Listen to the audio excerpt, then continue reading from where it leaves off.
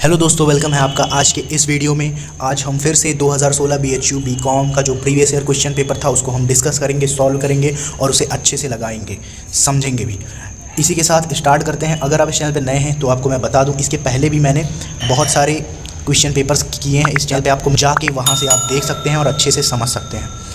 तो चलिए शुरू करते हैं आज का ये क्वेश्चन। यहाँ पर देखिए 86 वाला जो है, यहाँ पे 86 होगा, 86। ओके, अब 86 इंग्लिश वाला तो उधर चला गया, इसके बाद वाले वीडियो में आएगा, बट हिंदी में बता दूं। स्कंद विपणी में प्रतिभूतियों के सूचीयन से कंपनी में से निम्न किसको कोई सहायता नहीं मिलती है? कोषों को बढ़ाने से, अभिगोपन व्यय को कम करने से, प्रतिभूतियों के बाजार को विस्तृत करने में और प्रतिभूतियों को सुदृढ़ता की प्रत्यभूति देने में। क्वेश्चन है, स्कंद विपणी में प्रतिभूतियों को सूचीयन से कंपनी में निम्न में से किसमें कोई सहायता नहीं मिलती है? तो देखिए, अभिगोपन को व्यय को कम करने में, जैसे यहाँ पे दिया हुआ है दूसरा नंबर का, अभिगोपन व्यय को कम करने में क्वेश्चन हम देखेंगे। The most important function of a stock exchange is to safeguard interest of investors, help in the capital formation in the country's facilities of circulation, provide a ready market for all securities। और हिंदी में इसको अगर हम समझें तो स्कंद विपणी का सर्वाधिक महत्वपूर्ण कार्य क्या है? निवेशकों की हित की रक्षा करना, देश में interest of investors, help in the capital formation in the countries facilities of circulation, provide a ready market for all securities। और हिंदी में इसको अगर हम समझें तो स्कंद विपणी का सर्वाधिक महत्वपूर्ण कार्य क्या है? निवेशकों की हित की रक्षा करना, देश में पूंजी निर्माण में सहायता, सट्टेबाजी के लिए सुविधा प्रदान करना या सभी प्रतिभूतियों के लिए तैयार बाजार देना। स्कंद विपणी का सर्वाधिक महत्वपूर्ण कार्य क्या है? The most important function of stock exchange. Question को ध्यान से हम समझें तो देखिए इसका आंसर आपको समझ में आ जाएगा कि ये क्या है। ठीक है, इसका जो सही आंसर मैं आपको बता देता हूँ, देश के पूंजी निर्माण में सहायता करना, यानी कि help in the capital formation in the country is the right answer होगा दूसरा नंबर। देखिए इसमें हिंदी और इंग्लिश दोनों मैंने कोशिश किया है पाने का, तो इसका सहयोग आप अगर देंगे सब्सक्राइब करके, लाइक करके, तो मुझे बहुत ही अच्छा लगेगा और मैं मोटिवेट होऊंगा आपके एक एक सपोर्ट से, जो कि बहुत ही आम बात होगी आपके लिए, पर मेरे लिए वो बहुत बड़ी बात होगी। तो चलिए 88 पे हम पहुंचते हैं। विच one of the following is not a party of depository system? The depository, participant, the investors, the issuing companies, the broker. निम्नलिखित में से कौन सा डिपॉजिटरी पद्धति का पक्षकार नहीं है? डिपॉजिटरी, पार्टिसिपेट, निवेशक, दलाल या अंश जारीकर्ता company. So in this is the broker. ठीक, ब्रोकर ही होता है जो पक्षकार नहीं होता है। ठीक है, नेक्स्ट हम देखेंगे, which one of the following is not a method of floating new issue in the primary market? Public issue by prospectus, office of sale और for sale, private placement, making the contract. निम्नलिखित में से कौन सा प्राथमिक बाजार में एक नए निर्गमन के प्रवर्तन की विधि नहीं है? प्रविवरण द्वारा, सार्वजनिक निर्गमन, विक्रय के लिए प्रस्ताव, पसंदीदा करना, निजी placement. In that case the right answer is the your 3, यानी कि marketing the making the contract. Okay, ये आपका सही आंसर होगा। नेक्स्ट हम देखते हैं, in which market old share are purchase and sold? बहुत ही अच्छा क्वेश्चन, बहुत ही बेस्ट क्वेश्चन है ये। कैपिटल मार्केट, प्राइमरी, सेकेंडरी या मनी मार्केट? किस बाजार में पुराने अंशों को खरीदा एवं बिक्री किया जाता है, बिक्री होता है? पूंजी बाजार, प्राथमिक बाजार, द्वितीयक बाजार या मुद्रा बाजार? तो देखिए इसका जो सही आंसर मैं बता देता हूँ, जो मतलब कि पुराने जो अंशों को खरीदा बेचा जाता है वो आपके सेकेंडरी मार्केट में होता है, यानी कि द्वितीयक बाजार हिंदी में बोले तो। ठीक, मैं हिंदी इंग्लिश दोनों में बताने की कोशिश कर रहा हूँ, तो अगर कहीं मिस्टेक हो तो कमेंट में ज़रूर बताइएगा। नेक्स्ट हम बढ़ते हैं 91 पे। वित्तीय विवरण विश्लेषण सम्मिलित नहीं करता है? ट्रेड विश्लेषण, कोष प्रवाह विश्लेषण, नगद प्रवाह विश्लेषण या आय विश्लेषण? Financial statement analysis does not include trade, cash, fund and income. That case in the right answer is your 4th, यानी कि इनकम स्टेटमेंट आपका राइट आंसर होगा, income statement. Financial statement analysis does not include, इसमें income statement नहीं include होता है। ठीक है, नेक्स्ट हम बढ़ते हैं, calculating operating profit ratio when net sales और 20 lakh, gross profit 2% and operating expenses 40 lakh. परिचालन लाभ अनुपात की गणना कीजिए जब शुद्ध बिक्री आपकी 20 लाख, सकल लाभ 2% का परिचालन व्यय 40,000 हो। तो देखिए इसका जो परसेंटेज होगा आपको मैं बता दूं, 80% इसका होगा answer. Claim not yet acknowledged as debit against the called current liability, contingent liability, provisions या रिजर्व एंड सरप्लस। सो देखिए इसका जो राइट आंसर मैं बता देता हूँ, ये है आपका कॉन्टिजेंट। यहाँ पे कॉन्टिनेंटल लाइबिलिटी जो है वो आपका राइट आंसर होगा और इसमें संवैधानिक दायित्व हिंदी में इसको हम बोल सकते हैं। So right answer is 2। Next हम देखेंगे sale of fixed assets is to be shown under the head. स्थायी संपत्ति की बिक्री निम्न में से किस शीर्षक के तहत की जाती है। अब ये काफ़ी ज़्यादा इंपॉर्टेंट है। परिचालन गतिविधि, वित्तीय गतिविधि, निवेश या अन्य गतिविधि। सेल्स ऑफ फिक्स्ड असेट्स इनमें से किसके अंदर शो की जाती है। तो मैं आपको बता दूं ये इन्वेस्टिंग एक्टिविटीज़ के अंदर शो की जाती है, यानी कि 3 number is the right answer होगा, जिसको हम बोल सकते हैं निवेश गतिविधि। ठीक है। नेक्स्ट देखेंगे the expenses related to the main operations of business are. ठीक, selling expenses, administrative expenses, operating expenses, non administrative expenses व्यवसाय के मुख्य संचालन से संबंधित व्यय कहलाते हैं। बिक्री व्यय, संचालन व्यय, प्रशासनिक या गैर प्रशासनिक। तो इसका देखिए operating expenses the right answer होगा। ठीक है, और इसमें हिंदी में समझे तो संचालन व्यय। ठीक है।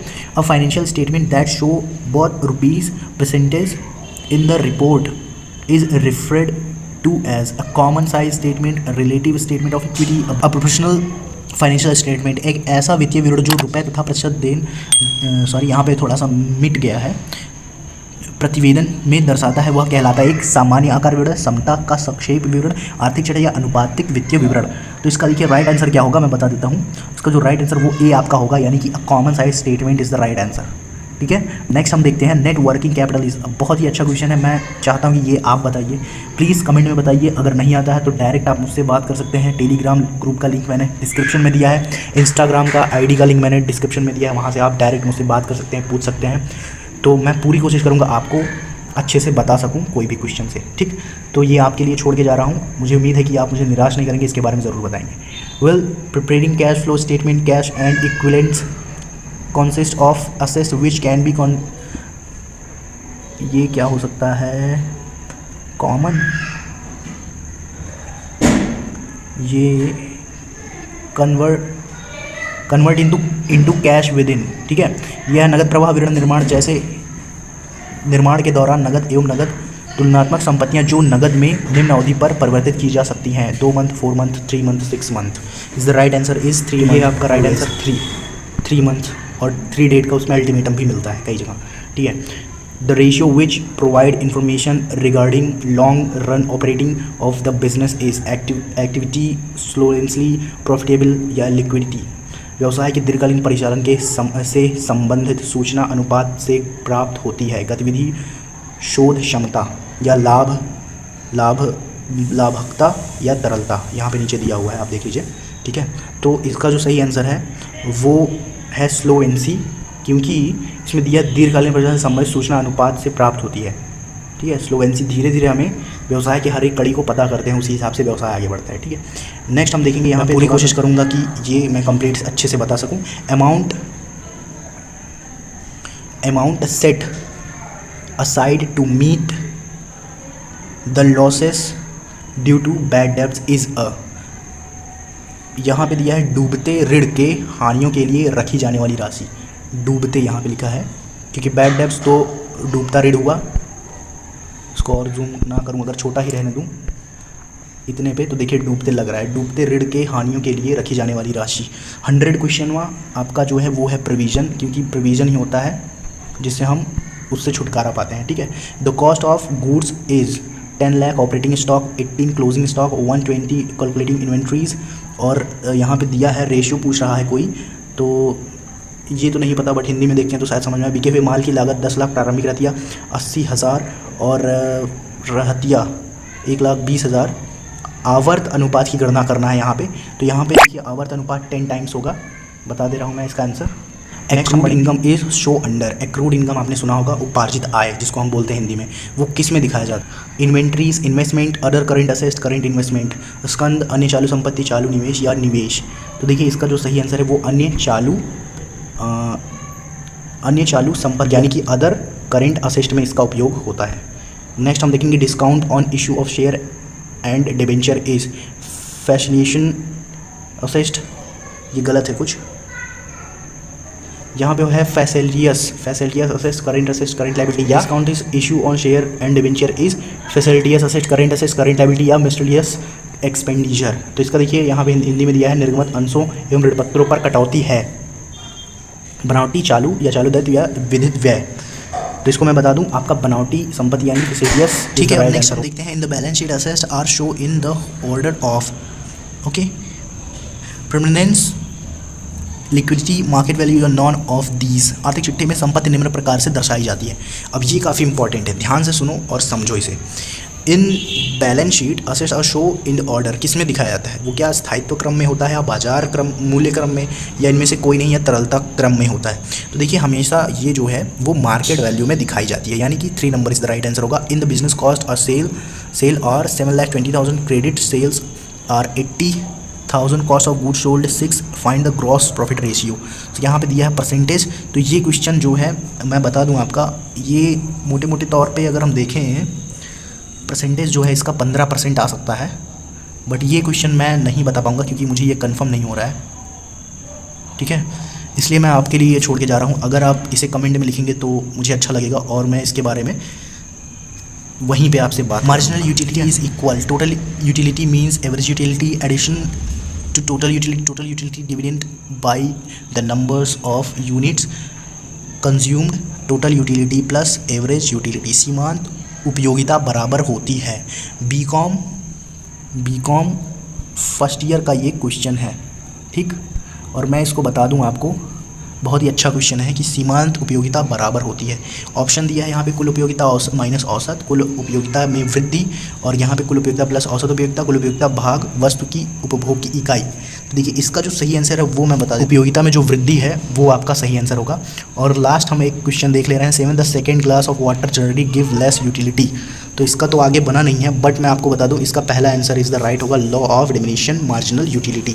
जो आपको क्वेश्चन में सबसे ज़्यादा परेशान करेगा वो है इकोनॉमिक्स, इसका आंसर होगा सही 1 वाला। तो इसके लिए नेक्स्ट वीडियो ज़रूर देखिएगा, और बाई चांस अगर आपको इसमें से एक भी क्वेश्चन वहाँ पे मिल जाता है तो बहुत ही अच्छा होगा। उसी तरह से ये काफ़ी ज़्यादा इंटरेस्टिंग होगा और हम अच्छे से और पढ़ेंगे और अच्छे से इसको हम पूरा करेंगे। तो अगर ये आपको अच्छा लगा हो या कुछ ना समझ में आया या कुछ गलत लगा हो तो ज़रूर हमें कमेंट बॉक्स में बताइए। डिस्क्रिप्शन में मैंने अपने ग्रुप और इंस्टा आईडी का लिंक दिया है, तो वहाँ से आप डायरेक्ट मुझसे पूछ सकते हैं। कुछ भी इंक्वायरी करनी है तो पूछ सकते हैं। हम पूरी टोटल कोशिश करेंगे कि आपको अच्छे से समझा सकें और आपका कुछ एक क्वेश्चन का भी मदद हो सके तो वो मैं करूँगा आपके लिए। तो चलिए मिलते हैं फिर नेक्स्ट वीडियो में अच्छे कंटेंट के साथ। तब तक के लिए धन्यवाद।